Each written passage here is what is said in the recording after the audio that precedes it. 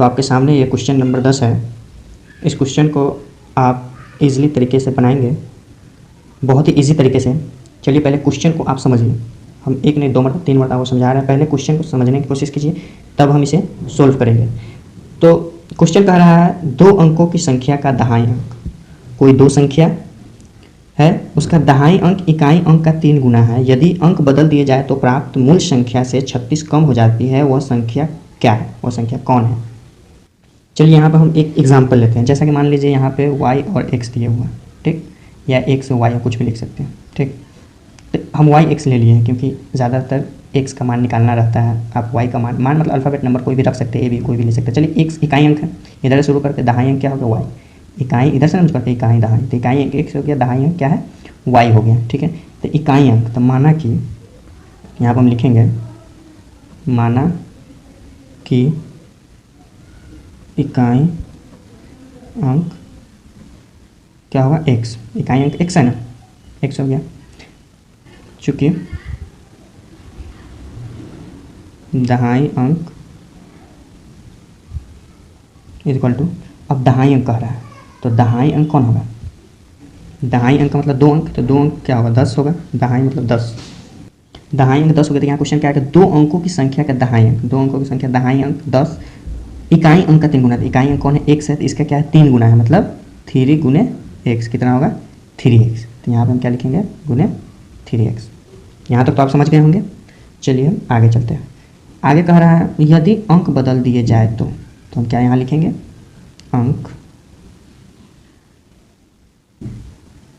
बदल दिए जाने पर इकाई का अंक इक्वल टू, अब कह रहा है अंक बदल दिए जाने पर इकाई अंक। देखिए अंक कौन कौन आ रहा है, मेरा अंक आ रहा है yx, मतलब x का मान आ रहा है। तो अगर इसमें सवाल में कह रहा है कि 2 अंकों के, तो 2 अंक कौन है, x और 3x है। ये 2 अंक में x है और 3x में, इसकी बात नहीं हो रही है, 2 अंक है, तो 2 अंक में क्या है x है और 3x है, ठीक है। तो यहाँ पे अंक बदलेगा तो मेरा बदल दिए जाने पर माना इकाई अंक क्या हो जाएगा 3x हो जाएगा, अंक बदल दिए। और दहाई क्या हो जाएगा, दहाई अंक x हो जाएगा। अब हम चलेंगे प्रश्न अनुसार।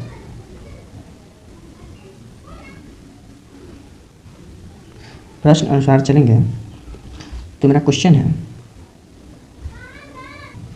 अब जो है दहाई अंक x है तो हमने x मान लिया, और उसके साथ में क्या है x गुने कितना होगा 10 हो जाएगा, क्योंकि ये चेंज हुआ है, चेंज करना है, ये है तो x के साथ जुटेगा, और 3 है तो ये x का मान हो जाएगा, इकाई अंक हो जाएगा, मतलब ये जो है इकाई अंक हो जाएगा और दहाई अंक क्या हो जाएगा x गुने 10 हो जाएगा। अब हम प्रश्न के अनुसार चलेंगे तो पेयर 2 हम बना लिए, 2 पेयर बना लिए, आप लोगों को समझने में आसानी होगी। तो 2 पेयर लेते हैं, क्या है x है, ठीक है, x हम लेंगे यहाँ x प्लस ये कितना है 10 गुने 3x इक्वल टू, अब जो है दूसरा पेयर क्या है x गुने 10, ठीक है, x गुने 10 प्लस क्या हो जाएगा 3x। आप कहीं भी लिख सकते हैं, इसको यहाँ लिखिए, इसको पहले लिखिए या इसको बाद में लिखिए, जैसे लिखना लिखिए। 2 पेयर बनाए, दोनों को हमने यहाँ पे लिख दिया, ठीक है। आपको हर स्टेप इजी ले जाने के लिए आपको हम स्टेप बाय स्टेप ले जा रहे हैं, ठीक है। 2 पेयर बनाए हमने, 1 पेयर यहाँ लिखा, 1 पेयर यहाँ लिखा। अब मेरा समीकरण हल करने के लिए तैयार हो चुका है, अब इसे हम हल करेंगे, ठीक है। तो हल करेंगे, चलिए हल कीजिए। इससे मल्टीप्लाई करेंगे 10 में, 3 से 10 में करेंगे कितना होगा 30, और x का मान क्या होता है 1, तो 31x इक्वल टू क्या होगा, इसको कीजिए, ये करेंगे 10 से 1 होता है तो कितना होगा 10x हो जाएगा, आप प्लस 3x है तो कितना होगा 13x। अब समीकरण हमने यहाँ तक कर लिया। तो क्वेश्चन में अब क्या कहता है, अपनी बुक में देखिए, क्वेश्चन में कह रहा है कि अंक बदल दिए जाने प्राप्त संख्या मूल संख्या से 36 कम हो जाती है। अब हमारा ये जो आया दोनों मूल संख्या, जो मूल संख्या आगे जब हम समीकरण दोनों निकल गए कितना होगा 36 कम हो जाती है, तो इसमें क्या करेंगे प्लस हम 36 कर देंगे, क्योंकि हमको अभी समीकरण पूरा करना है। तो 36 कम हो जाती है तो पेयर बना 31x प्लस 13x प्लस 36 हो जाएगा, ठीक है, क्योंकि अंक बदलने पर कितना 36 कम, जो भी मेरा अंक आ रहा है उससे 36 कम हो जाती है तो प्लस 36 करेंगे, ठीक है।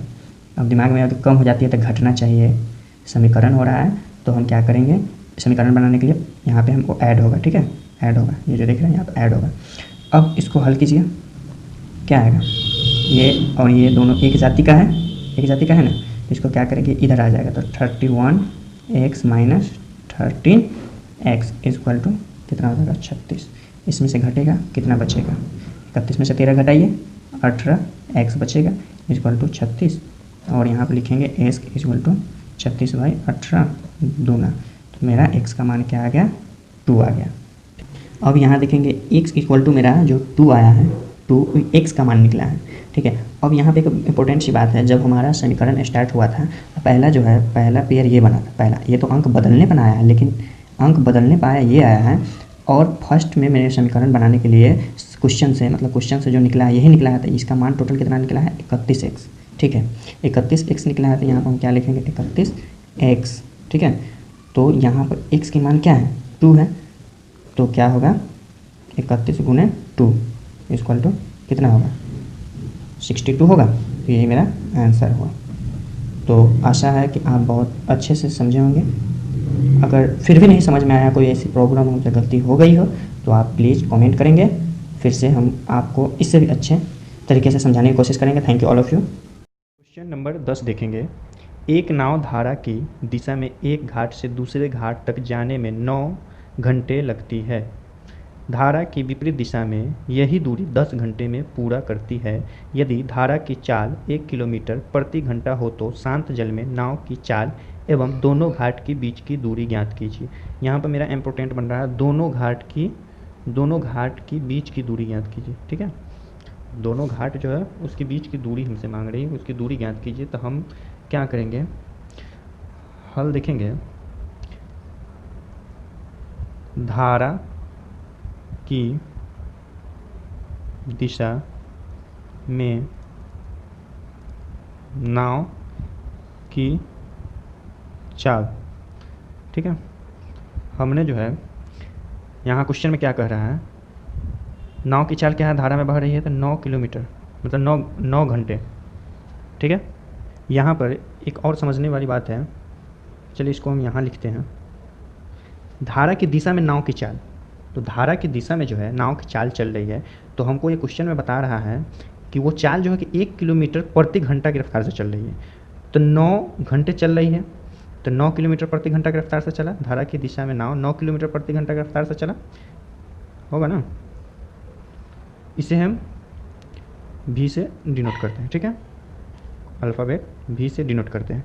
अब यहाँ धारा की दिशा में नाव की चाल जो है कि 9 किलोमीटर प्रति आवर के चल रहा है, इसलिए कि यहाँ पे हमको क्वेश्चन में बता रहा है कि यदि धारा की चाल 1 किलोमीटर प्रति घंटा हो तो मतलब 9 घंटा लग रहा है, तो वो 1 घंटा जो कि 1 किलोमीटर है, तो 9 घंटा लग रहा है तो 9 किलोमीटर प्रति आवर हो गया, और 10 भी दिए हुआ है विपरीत दिशा में, तो हम क्या लिखेंगे,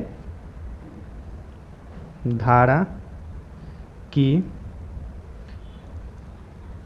विपरीत दिशा में चाल कितना होगा 1 किलोमीटर प्रति आवर है, तो 10 घंटे में पूरा करती है, तो ये भी क्या होगा 10 किलोमीटर प्रति आवर। इसे हम v से डिनोट करते हैं, ठीक है। आगे चलते हैं हम। अब कह रहा है तो शांत जल में नाव की चाल, शांत जल में नाव की चाल, तो चलिए हम यहाँ लिखते हैं शांत जल में नाव की चाल। अब शांत जल में नाव की चाल, तो क्या लिखेंगे, इसे v से डिनोट किया, u से डिनोट किया, तो इसका फॉर्मूला क्या होता है u प्लस v किलोमीटर प्रति आवर, ये ना हो। चलिए आगे देखिए, तो ये फार्मूला यूज करेंगे, u कितना है, इसको फार्मूला यूज करेंगे तो 9 लिखेंगे, प्लस क्या लिखेंगे 10 लिखेंगे, ब्रैकेट करेंगे, किलोमीटर प्रति आवर करेंगे, ओके।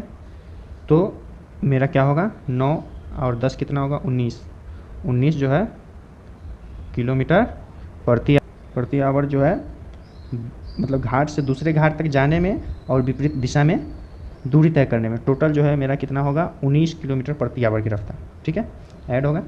तो चलिए हम आगे देखते हैं। अब कह रहा है यहाँ प्रति घंटा हो तो शांत जल में नाव की चाल के दोनों, यहाँ पर लिखा है दोनों घाट के बीच की दूरी ज्ञात कीजिए, तो हम क्या लिखेंगे दोनों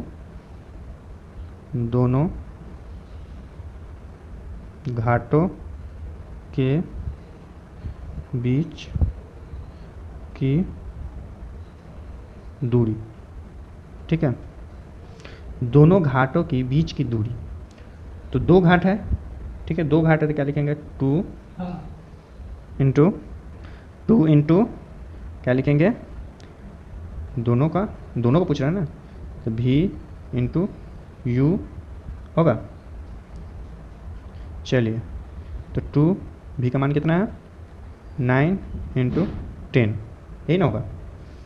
तो मल्टीप्लाई कीजिए, 2 से 9 में करेंगे कितना होगा 18 इंटू 10, इसको करेंगे 18 कम 18 1 0 1 0, 180 किलोमीटर हमारा आंसर हुआ। तो आशा है कि आप लोग अच्छे से समझ में आ गया होगा। इससे इजी सोल्यूशन आपको कहीं नहीं मिलेगा, और ऐसा कोई प्रॉब्लम हो फिर भी तो मुझे कमेंट करें, फिर से कोशिश करेंगे। जय हिंद, जय भारत।